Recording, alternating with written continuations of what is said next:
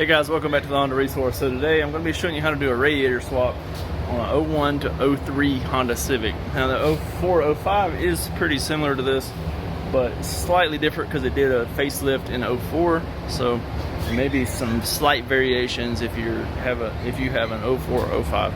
But 01 to 03 all be the same as this, so check it out.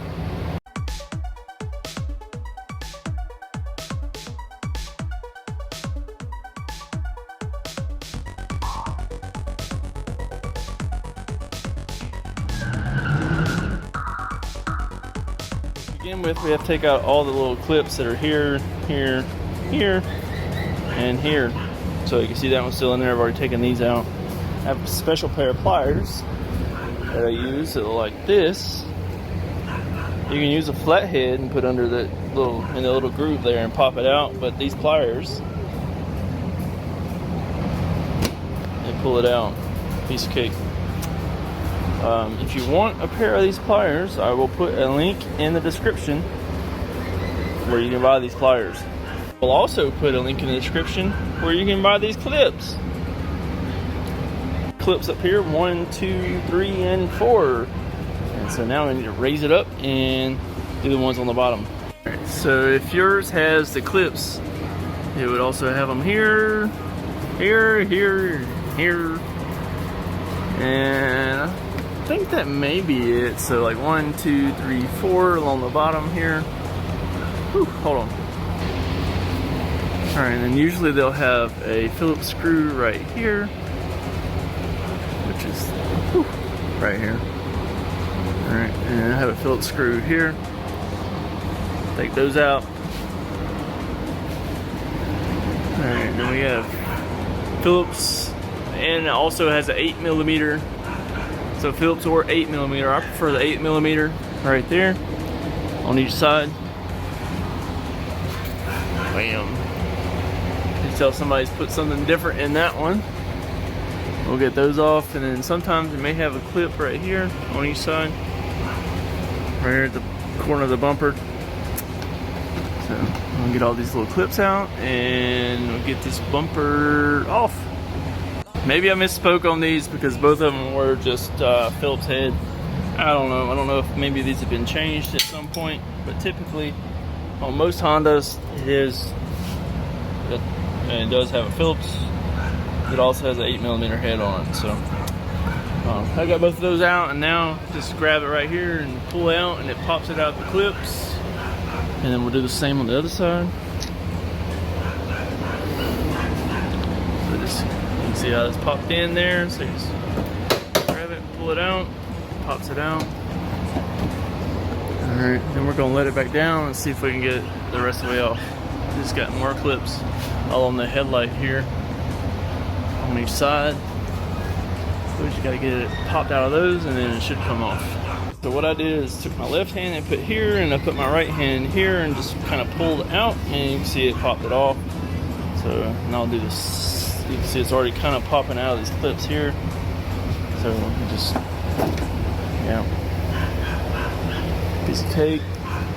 And this one does have fog lights in it, so I expect there to be a little bit of wiring. Yeah, so I got to disconnect those fog lights real quick.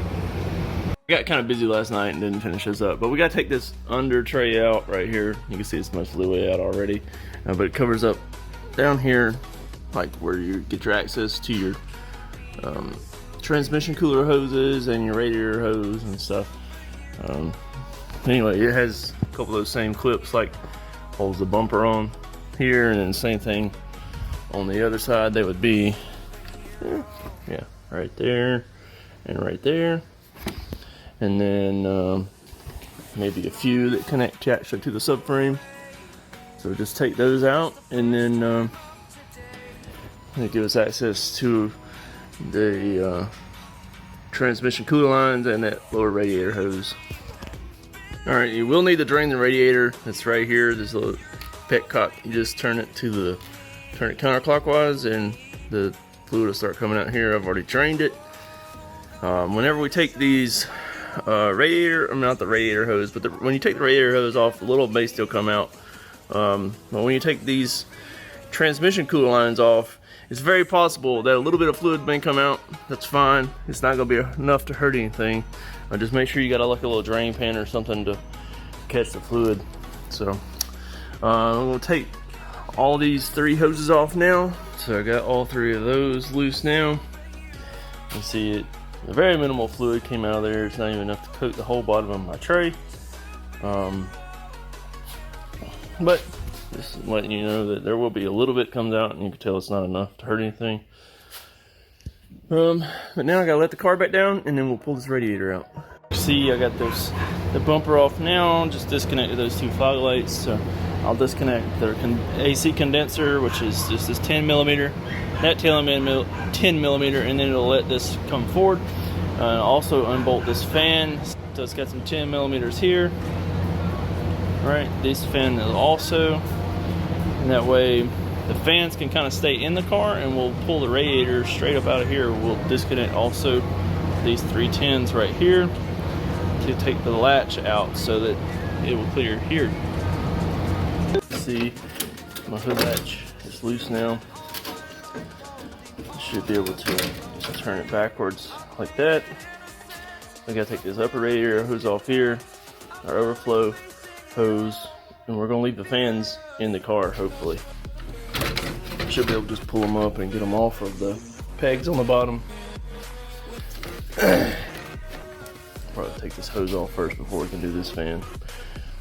And pull the radiator towards us and up and out, and then we'll put the radiator back in and then set the fans back in the pegs on the bottom, and reassemble it. There you can see we got the radiator out. The hardest part is getting those fans around like these outlets here. But if you slide the basically condenser forward far enough where it's not sitting in its pegs, the just condenser's bent from where they hit a fox. But it would be a little easier if it didn't have this bow in it back here. But you can slide the radiator far enough forward to get it out without taking the fans out. Taking these fans out is an ordeal, so you can leave the fans in, cool. Alright, so now we're going to get our new radiator and we're going to slide it back in here. Before we reinstall it, these little feet were stuck on our old radiator. I've always found it's easier to just put the feet back in the holes where they go, right down here. One goes up here and one goes right here.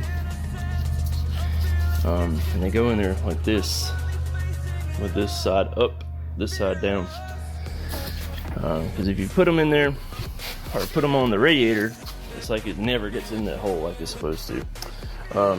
Right, so you can see the new radiator doesn't come with the transmission cooler lines or the outlets already on it.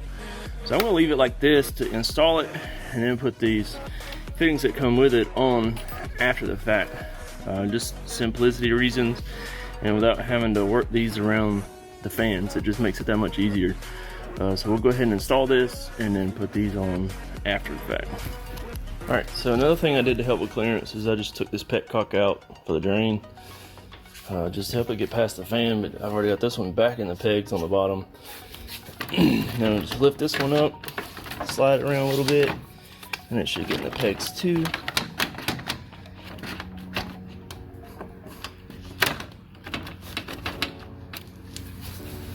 Let's see.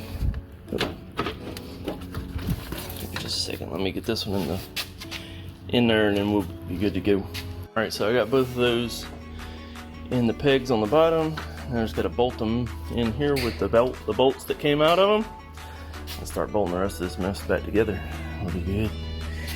Be real good. Make sure that let's see, mine's not in the feet down here. So make sure you get the feet in the rubber grommet. Got it in that one, and I got it in this one over here too. You can't really see it on the camera, but you can see it by eyeball. Alright, so now we'll put these bolts in and then get all these brackets and stuff back on this. Alright, so I got these 2 brackets in up here that hold the radiator. Got all the bolts in here. I got these hoses hooked back up. Now I gotta put this condenser back in. So I'm just gonna put it back in the spot that it goes in here. and then bolt it in. I don't know that it's going to go in because of the way it's bent, but if it doesn't really like it was in that bracket, but if yours wasn't bent up, it would go in that bracket appropriately. These two brackets here on the condenser are different. These two for the radiator are the same, so there's no need in like separating them or whatever. So I gotta flip this hood latch back around, make sure the cable's snapped into it where it's supposed to go, and then bolt her back on and put a bumper on. Yep. Alright, so now I have the radiator hose back on, both those transmission cooler lines. I put the fittings back on the radiator. That's a 3/4 or a 19 millimeter. Same thing over here, and I just kind of angled them to where they were originally, like on that radiator. And they don't have to be super tight, they just have to be snug. If you way over tighten them, they're going to strip, and then you're looking for another radiator again. So got all these lines on here, got the petcock back in for the drain, and so now you can put this lower cover on, and then we'll put the bumper on in a minute. So I got the screws back in here, all the clips back in, all the way down here. Got this screw in, the clips in here on both sides, right there, and then got these clips back in too. This clip back in here. All the clips are back in on the bottom side. The fog lights are plugged back up. Got all the clips back in up here. So now just gotta fill it up with coolant and it should be good to go. So if you found this video helpful, smash the like button, leave me a comment, let me know how you found it helpful. And as always, I appreciate the likes, the comments, subscribes, all that stuff. So thanks again for tuning in. Check out the rest of the playlist for the 7th Gen Civic. Hope to see you on the next one. Peace.